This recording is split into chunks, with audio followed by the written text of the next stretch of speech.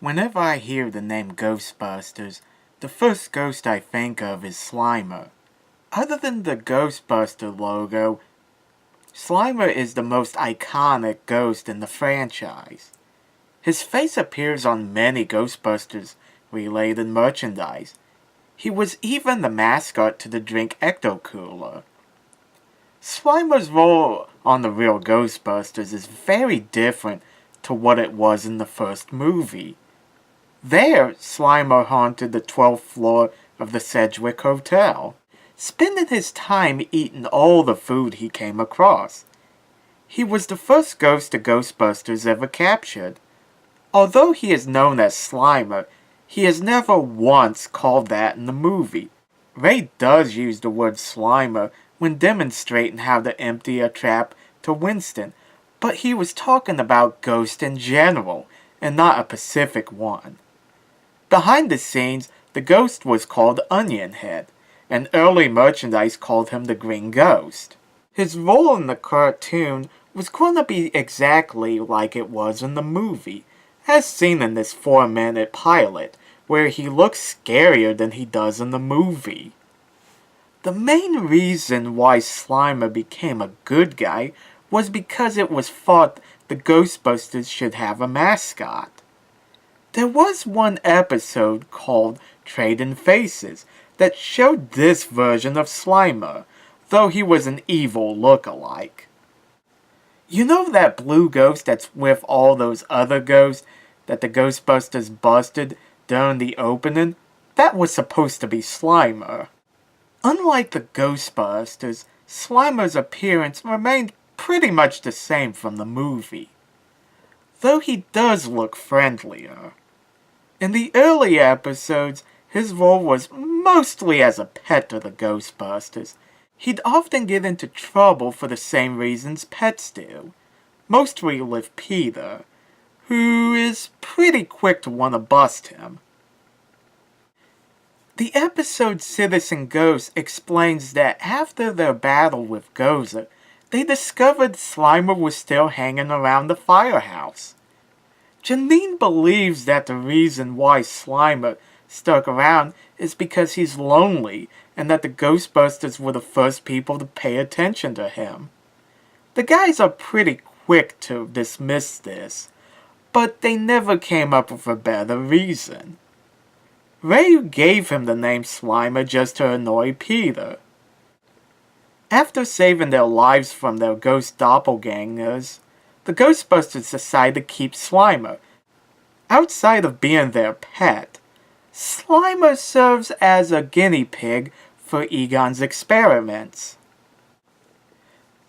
The later episodes changed Slimer's role on the show. The first change was in his appearance. He was now given a tail.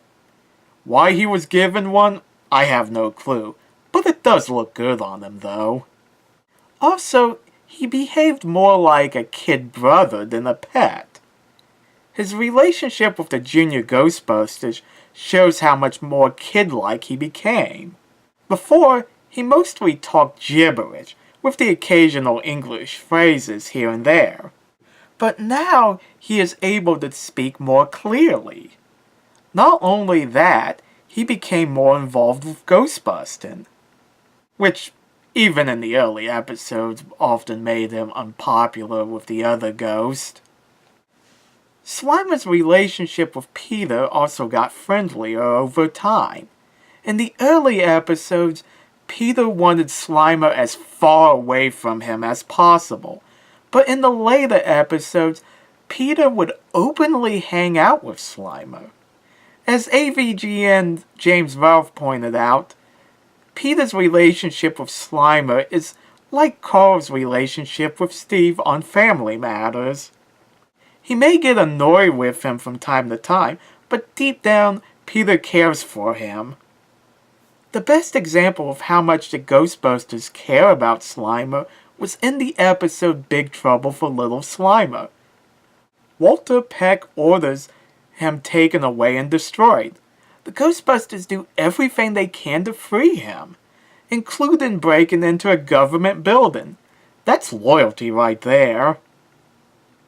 Slimer became so popular that the show was renamed Slimer and the Real Ghostbusters, and he got his own series of cartoons that had more of a cartoony look. It is here that we meet some friends of his, such as Chili the Ice Cream Lady, and enemies like Professor Dweeb.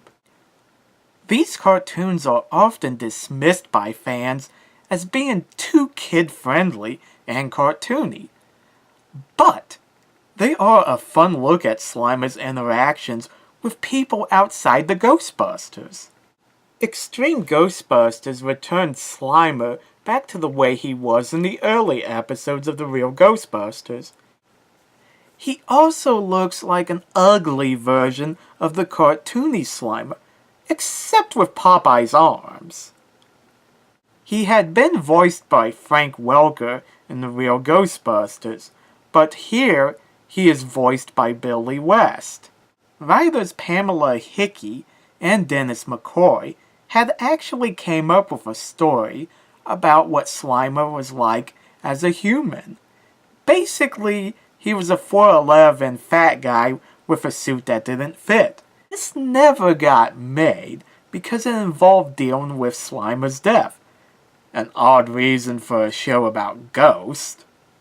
The comics have dealt with what Slimer was in life, but that's another video. Outside The Real Ghostbusters, Slimer remains as he was in the first movie. Whether it's Ghostbusters 2, the video game, the comics, or the reboot, Slimer is that hungry ghost who causes trouble. But to me, he will always be that friendly ghost with a huge appetite.